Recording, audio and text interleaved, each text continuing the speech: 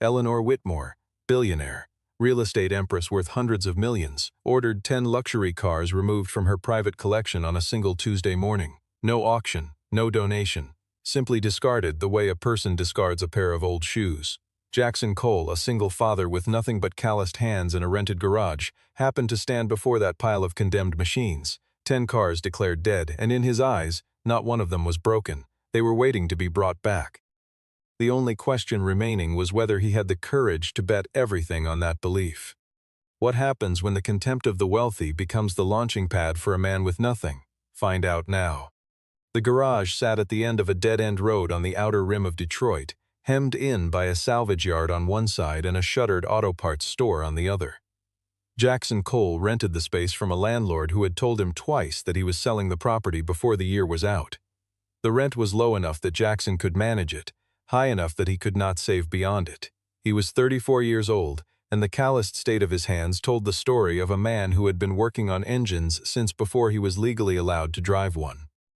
He had a son at home, a boy he worked 12-hour days to protect from the particular instability that arrives when a father stops showing up, and Jackson Cole had no intention of ever being that kind of man. He was the older kind of mechanic, the kind who pressed a palm flat against an engine block and felt the difference between a problem and a death sentence, who believed without irony that there was no such thing as a broken car, only a car that had not yet found the right person. He had held that belief through a divorce, through the slow death of the neighborhood shop, through the years when the dealerships absorbed every customer who could afford to be absorbed. 3 miles northwest, in a building that cost more to heat per month than Jackson earned in a year, Eleanor Whitmore was running through a Tuesday with the same efficiency she applied to every other day. She was 41, dark-haired, and possessed of a quality that the people who worked for her either admired or feared. She did not revisit decisions. The Whitmore Group had grown from a single commercial property in her late 20s into a portfolio that included 11 mixed-use developments and 4 pending acquisitions, and she had built it by being fast, by delegating correctly, and by refusing to spend a single hour on a problem that could be solved in 3 minutes. Her assistant, Giselle Marsh, was 29 and efficient in the way people are efficient when they understand that proximity to power depends on being indispensable. She managed Eleanor's calendar, her correspondence, and the long tail of small decisions that a woman like Eleanor could not afford to waste attention on. It was Giselle who had compiled the report on the lakeside storage facility, a unit Eleanor had rented 3 years earlier when her car collection outgrew her main garage. The collection had been a passing interest, bought the way she sometimes bought art, because the pieces were rare and because she could. But a passing interest is still passing, and by the time Giselle placed the summary on her desk, Eleanor had not thought about those cars in longer than she could remember. The summary was 2 pages. Eleanor read through it in under 90 seconds. She picked up a pen, wrote a single word at the top, and handed it back. The word was dispose. Carter Voss had worked for Eleanor Whitmore for 12 years. He was 45, silver-haired, and carried the unhurried confidence that accumulates in men who manage other people's wealth long enough to begin believing some of it belongs to them by association. His official title was Asset Management Advisor. In practice, he was the person Eleanor trusted to handle disposals, transfers, and the paperwork-heavy decisions she had neither the time nor the patience to supervise. When Giselle forwarded him the Lakeside file, he opened it at his desk with his usual casual expression. That expression lasted approximately 30 seconds. He recognized 3 of the names on that list immediately. A 1966 Ferrari 275 GTB, a 1964 Aston Martin DB5, and a 1961 Jaguar E-Type Series 1. And he understood, without any ambiguity, that each of those vehicles, fully restored and sold through the right channels, could bring between $500,000 and over $1 million. The combined value of those 3 alone exceeded the annual revenue of several of Eleanor's smaller properties. The maintenance report accompanying each vehicle was brief and damning. The Ferrari was marked severe gearbox oil leak. The Aston Martin carried a notation of complete electrical failure throughout. The Jaguar was listed as having structural frame distortion. Any layperson reading those descriptions would conclude the cars were beyond practical recovery. Carter had not written the reports, but he had read them before Giselle compiled the summary, and he had said nothing to correct the impression they created.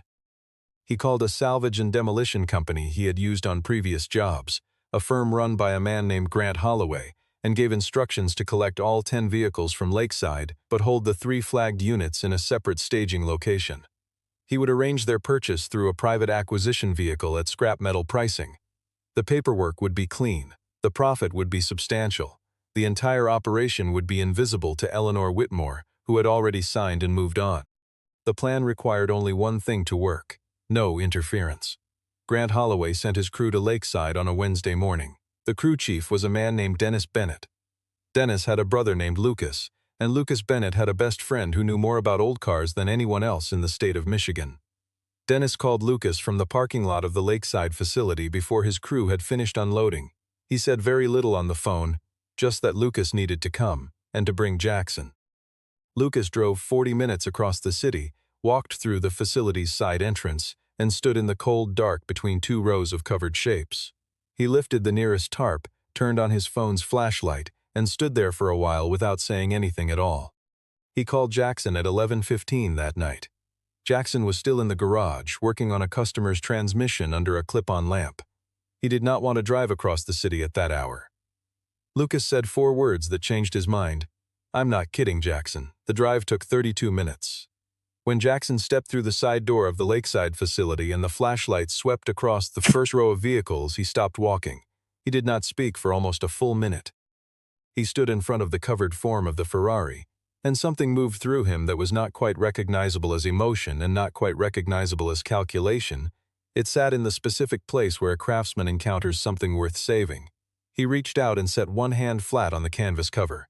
Then he turned to Lucas and said, "Who owns these?" They worked through the rest of the night. Jackson moved from car to car with the methodical focus of a man who had been waiting his entire working life for a problem this serious. He did not have diagnostic equipment. He did not need it. 34 years of mechanical intuition lived in his hands, and what his hands told him as he moved across each vehicle was the same thing, car after car in different registers. These machines were not broken. They were dormant. The Ferrari's gearbox seal was dry-rotted, a consequence of years without operation, not of any catastrophic failure. The Aston Martin's electrical system had collapsed, but the cause was a section of wiring harness chewed through by rodents, severing fuse chains in a cascade that looked catastrophic on paper and was entirely traceable in person. The Jaguar's frame carried a slight bend in a secondary crossmember. Not the structural rail, not the chassis backbone. A support component that had been tagged as frame distortion by someone either deeply unfamiliar with the vehicle or deeply motivated to make it sound unfixable. Jackson crouched under the Jaguar for 11 minutes. When he straightened up, he wrote 2 words in his small notebook: "One afternoon." He filled 4 pages before sunrise. When he finally sat down on the concrete floor with his back against the wall, Lucas handed him a bottle of water and waited. Jackson stared at the ceiling, then said, "Every single one of these cars was deliberately described as worse than it is." Lucas asked how he could be sure. Jackson opened the notebook because every problem on this list has a simple answer. Nobody who knows cars writes a report this wrong by accident.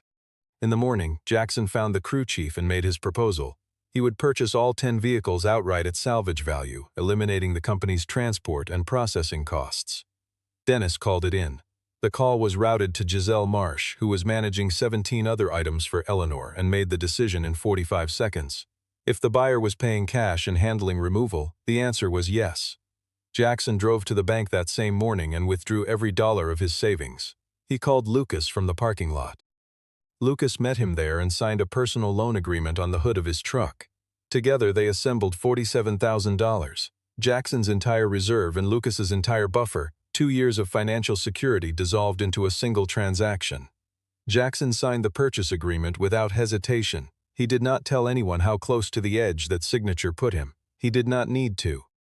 The vehicles were moved to a larger rented warehouse on the eastern side of the city, secured month to month from a property manager who did not ask many questions. Jackson wrote a deadline on the inside cover of his notebook: 18 months. He did not tell Lucas about the deadline. Lucas could read the math. Carter Voss discovered the breach 4 days later. His contact at the demolition company reported that all 10 vehicles had been purchased and removed by a private buyer before Carter's separate arrangement could be completed. Carter asked for the name. The contact said, Jackson Cole. Carter typed it into a search engine. A basic business registration appeared. A one-man mechanic operation in outer Detroit, no notable history. Carter told himself that a man like that would not know what he was holding. He told himself there was still time. He instructed his assistant to pull everything available on Jackson Cole, then went to a dinner that had been on his calendar for 2 months, ordered the salmon, and did not mention the cars to anyone at the table. Jackson began the restorations on a Monday. He arrived at the warehouse at 6 in the morning and spent the first hour walking the 2 rows of covered vehicles in silence, thinking. He had already decided the sequence. Start with the car that could generate cash fastest, because without cash flow the other 9 would deteriorate in storage while he deteriorated in debt. He pulled the cover off the Ferrari, folded it carefully and set it on a shelf. Then he rolled his toolbox into position.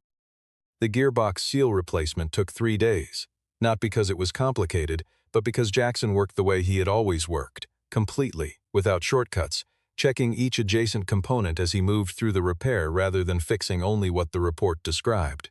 He found 3 additional issues during that process: a degraded brake line junction, a fuel delivery filter seized from disuse, and wheel bearings that had begun to corrode. None of them had been in the original report.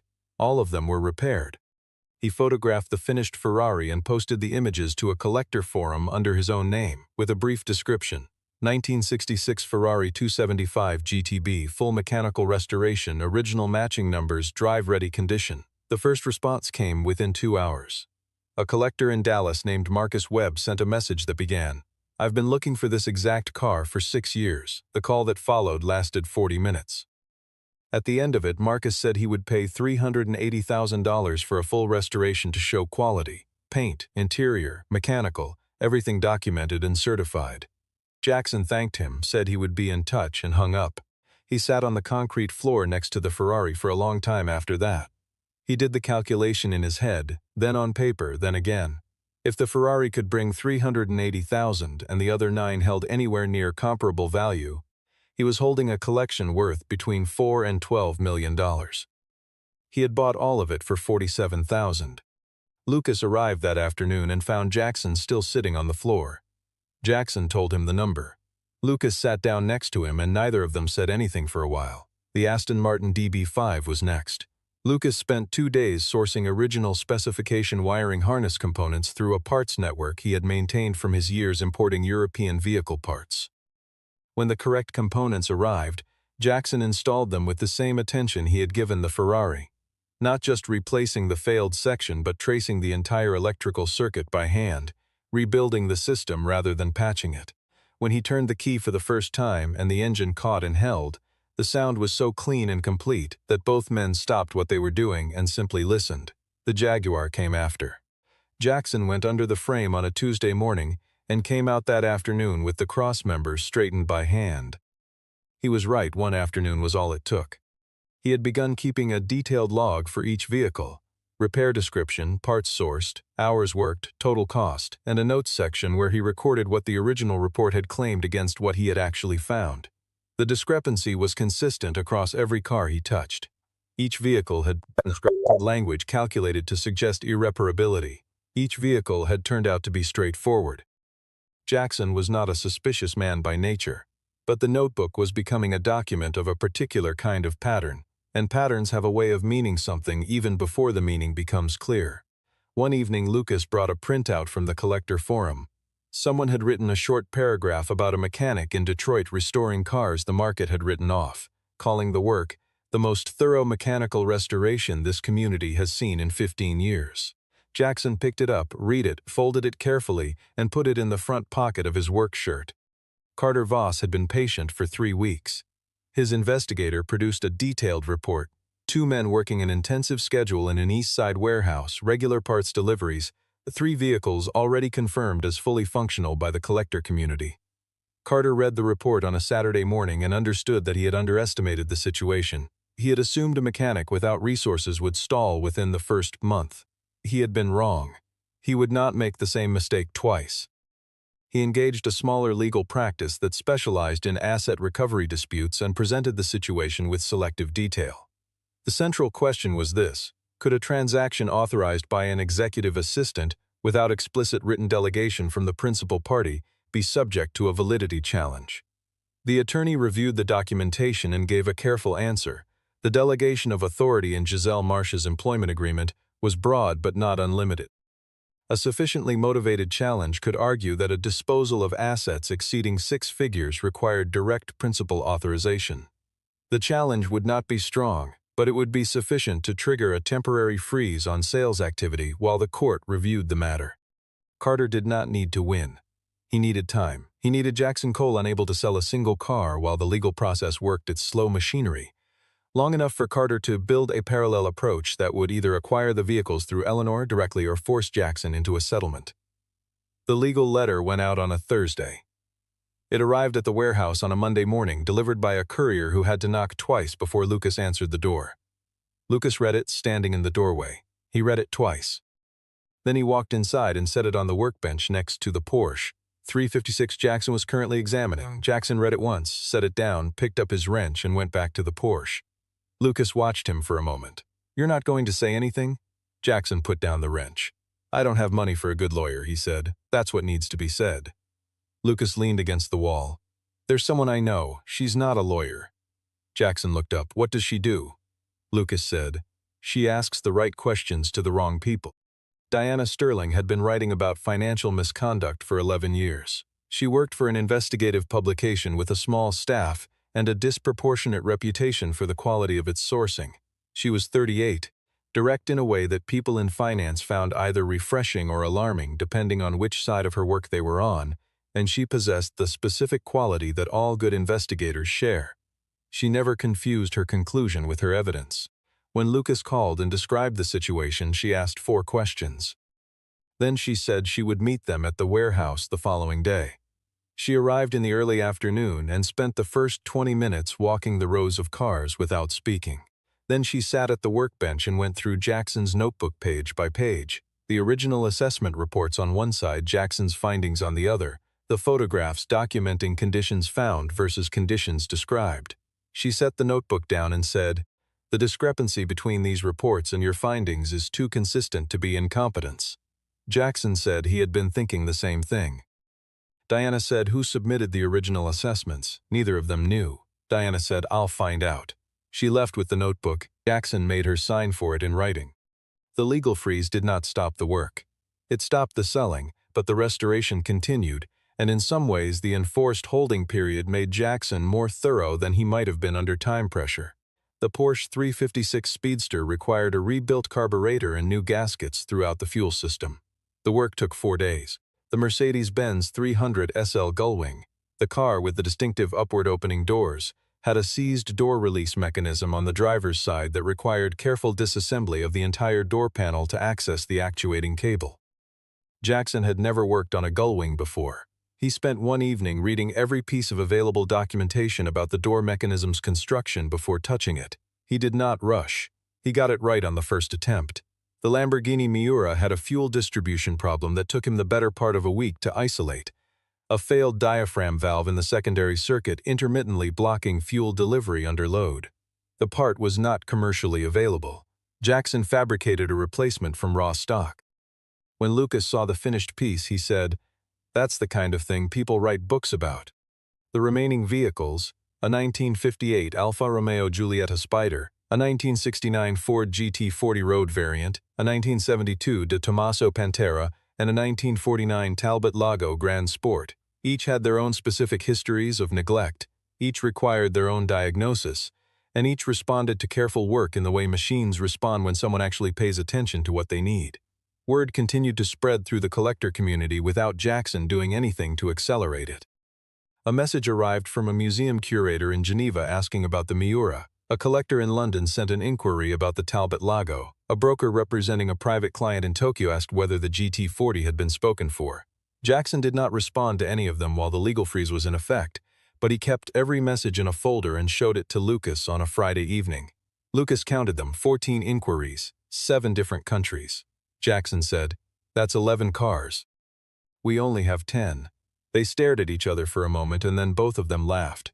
The first real, unguarded laughter either of them had managed in weeks. Diana had spent 2 weeks running a different kind of investigation from the one Jackson was conducting. She was not looking at cars. She was looking at Carter Voss. She had encountered his name once before in a tangentially related context. a dispute over the disposal of a commercial property 3 years earlier that had ended in a quiet settlement and no published reporting. She began pulling the threads from that older case and found that the pattern bore a close resemblance to what the Lakeside Notebook was showing. Assets undervalued through selectively written technical reports, disposal authorization obtained at a remove from the principal party, and a secondary buyer arrangement structured to capture the spread. The more she read, the more clearly she understood that Lakeside was not an isolated incident. It was the latest in a sequence. Carter received Diana's first inquiry call on a Thursday afternoon. She identified herself and her publication and said she was writing about asset management practices in high-net-worth estates. She asked 3 questions, the last of which was, "Can you describe your role in the preparation of vehicle assessment documentation for the Whitmore Lakeside collection?" Carter said he had nothing to add and ended the call. He spent 20 minutes on the phone with his attorney, his voice lower and more careful than his attorney had ever heard it. The attorney said the legal challenge was still viable but that the timeline was narrowing. Jackson's legal counsel, a family law attorney named Rebecca Hart, who had agreed to take the case on an accelerated fee arrangement, had filed a response with the court that included the full transaction documentation, the text of Giselle Marsh's delegation agreement, and 12 photographs of the vehicles in current restored condition. The court had scheduled a 30-day review. Carter had started with considerably more time and had spent most of it underestimating the person on the other side. He decided there was one remaining move. He needed to speak with Eleanor directly before Diana Sterling did. He did not know that Diana had already booked the appointment. Carter moved first and called Jackson directly. The call came on a Wednesday afternoon. He said he represented interests connected to the Whitmore estate and was authorized to offer a buyout for the full 10 vehicles as at $150,000. Jackson said nothing for a moment. Carter filled the silence. "That's a 300% return on your initial outlay. You take it, you walk away clean," Jackson said. "Thank you for calling." He ended the call. He stood in the warehouse with the phone in his hand and looked at the 8 remaining cars in various states of restoration. $150,000 would cover his debts, repay Lucas, and leave him with a few thousand left over. It was the most financially rational option available to him at that exact moment. It was also precisely what someone was offering because they knew what the cars were actually worth. He put the phone in his pocket and walked back to the Alfa Romeo. The court issued a preliminary ruling on a Tuesday. The freeze on sales activity would remain in effect for an additional 30 days while the validity of the original transaction was reviewed. Jackson received the ruling by email. He read it standing at his workbench with the Talbot logo disassembled around him, parts laid out in careful sequence on a clean mat. He read it once, set his phone face down, and did not move for a moment. Then he picked up his tools and continued working. That night he sat at the folding table in the warehouse office, a plywood desk under a single bulb, and laid out his financial position on paper. The warehouse rent was current but would become overdue in 2 weeks. The outstanding parts invoices totaled $11,000. Lucas's loan was due in principal within 60 days. The legal fees for Rebecca Hart's work, even at the reduced arrangement, had already reached $4,000 and would continue to accrue. Jackson had no additional income while the freeze was in effect. He had shuttered his regular repair business for the duration of the project, a decision that had seemed reasonable at the start and felt very different now. He sat at that table for a long time. This was the specific kind of silence that comes not from peace but from the absence of any obvious path forward. The silence of a man who has done everything correctly and arrived at a position where correctness is not sufficient. He did not spiral. He simply sat with the actual numbers on the paper in front of him and worked through every combination until he had exhausted them. Then he put the paper in the notebook and turned off the light. Diana Sterling walked into the Whitmore Group's offices on a Wednesday afternoon and met Eleanor Whitmore for the first time. The stated purpose was a profile piece on asset portfolio strategy among principal-owned holding companies, a topic Eleanor was willing to discuss within carefully defined limits. They spoke for 30 minutes on that subject. Then Diana changed direction. She set 2 documents on Eleanor's desk side by side. On the left, a high-resolution photograph of the Ferrari 25 GTB fully restored, its paint throwing back the light of the flash in a way that made it look new from the factory. On the right, the original assessment report filed with Eleanor's office, bearing the processing stamp and the notation, "Severe gearbox oil leak, restoration not cost-effective." Diana said, "This photograph was taken last month." The vehicle in the image is one of the 10 from your lakeside collection. The assessment on the right is the document that informed your disposal decision. Eleanor looked at both documents without moving. "Where is this car now?" she said. Diana told her. Eleanor had a quality that made her unusual among people who had built what she had built. She was capable of genuine anger at herself. Not the performative accountability of public self-correction. Actual cold recognition that a decision had been made without sufficient information, and that this was her responsibility. She had signed the disposal order. She had not read the original assessments. She had trusted the process Carter Voss managed, and she had never thought to verify it because she had never had a reason to. She was thinking of reasons now. Diana asked, "Are you aware that a mechanic named Jackson Cole is currently facing a legal challenge to the validity of his purchase?" Eleanor said, "I was not aware of that." She asked who had initiated the challenge. Diana said she had documentation suggesting it had been filed through a firm connected to Carter Voss's professional relationships. Eleanor said, "Send me what you have." Diana said she would have it there by evening. They shook hands. Eleanor called Giselle before she was back in her own office. She said, "Pull everything on the lakeside transaction. Every document, every communication, every assessment report, and every record of contact between Carter Voss's office and anyone involved in that disposal from the point of my authorization forward." She went back to her desk. Outside, the lake was flat and gray under an October sky. She looked at it for a moment without really seeing it. Then she opened the Ferrari photograph and looked at it more carefully. The lines of it, the specific shade of red that she remembered seeing for the first time at a show in Monte Carlo the year before she bought it. She had never told anyone why she bought that car. It was not the kind of thing she generally discussed, but she remembered the exact feeling of the moment, and she recognized something like it, in a displaced form, in the photograph in front of her. The hour passed. Giselle set the compiled file on Eleanor's desk without speaking. Eleanor went through it with the same efficiency she applied to quarterly reports, but not the same detachment. Between the date of her signed authorization and the date the demolition crew arrived at Lakeside, Carter had exchanged 14 messages with Holloway's company. 11 routed through a secondary contact address not registered to any Whitmore Group account. The technical assessments had been processed through an external review contractor whose retainer agreement listed Carter Voss as the authorizing contact. She went back to the original reports. She cross-referenced the submission dates with Carter's internal calendar records. She closed the file. She did not call Carter that night. She called her primary legal counsel instead and spent 45 minutes in a quiet, methodical conversation about what the file contained. Her counsel confirmed the documentation was sufficient to support a formal complaint to the relevant financial oversight body. Eleanor said that was fine, but she had another matter to address first.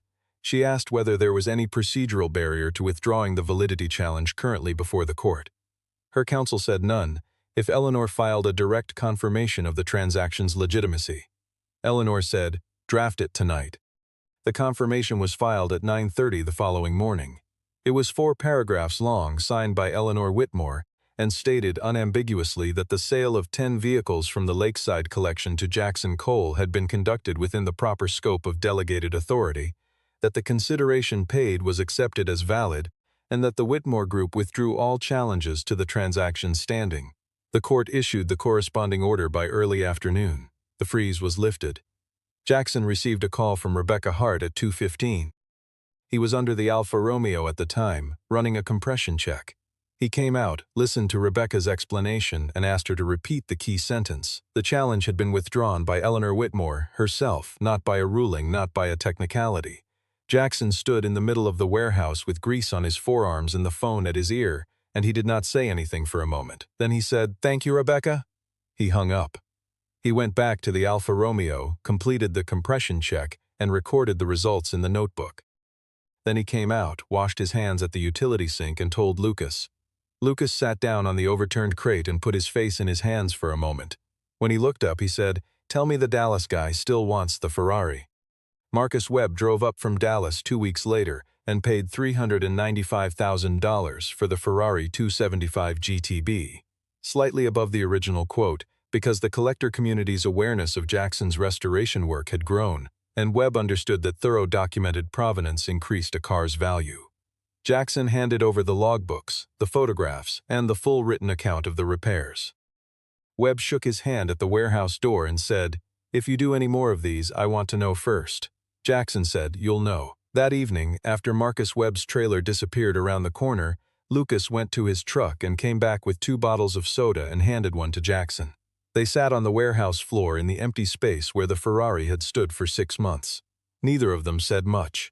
The numbers did not need to be said aloud. They both knew what the next 9 sales would represent. Carter Voss was called to Eleanor's office on a Thursday morning.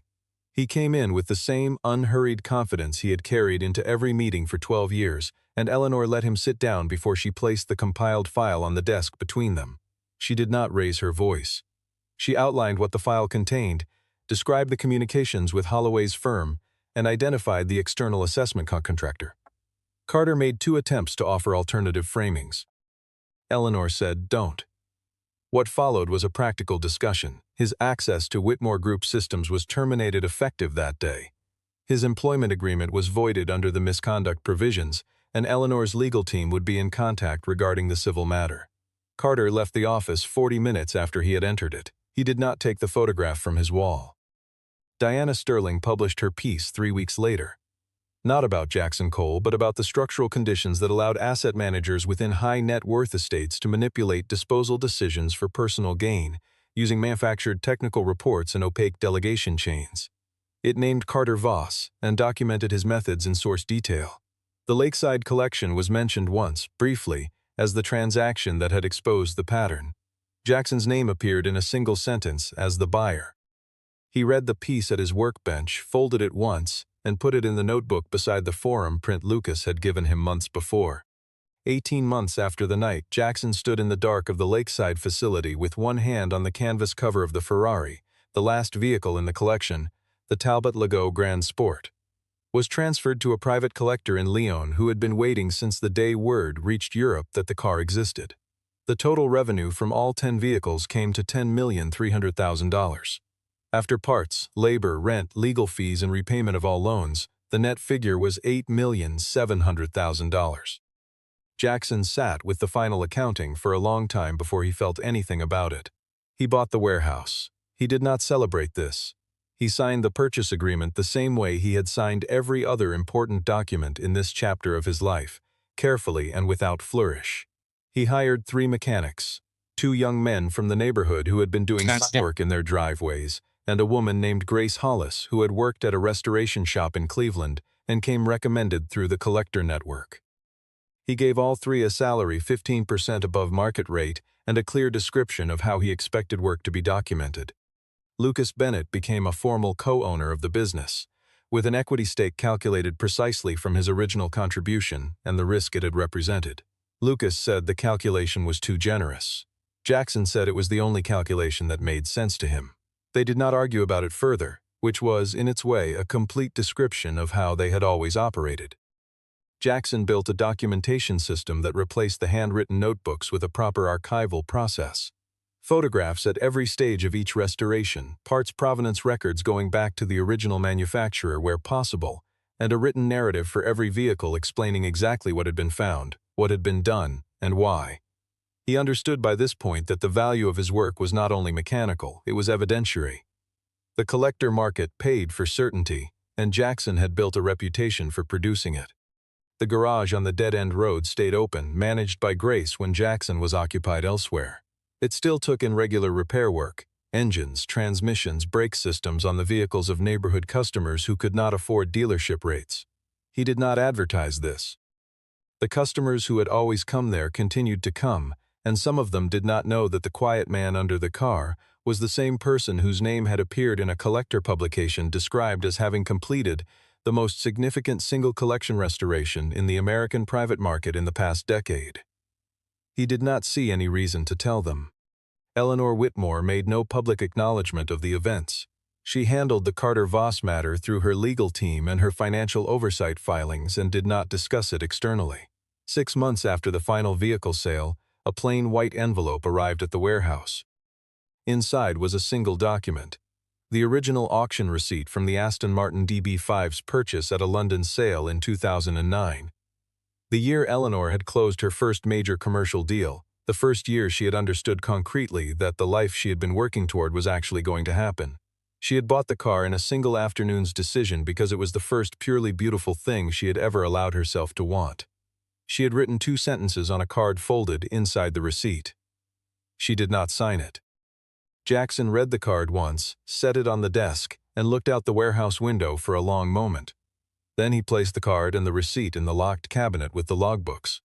The Aston Martin was in Geneva, in a private collection, driven once per month on Sunday mornings by a retired engineer who had restored his first car at 16 and understood that some machines carry more than mechanical history. Jackson did not know the specific details of this. He knew only that it was being cared for correctly, and that was sufficient. What a wealthy person discards because it no longer serves them is not, by that fact, without value. What looks like an ending from one vantage point is frequently a beginning from another.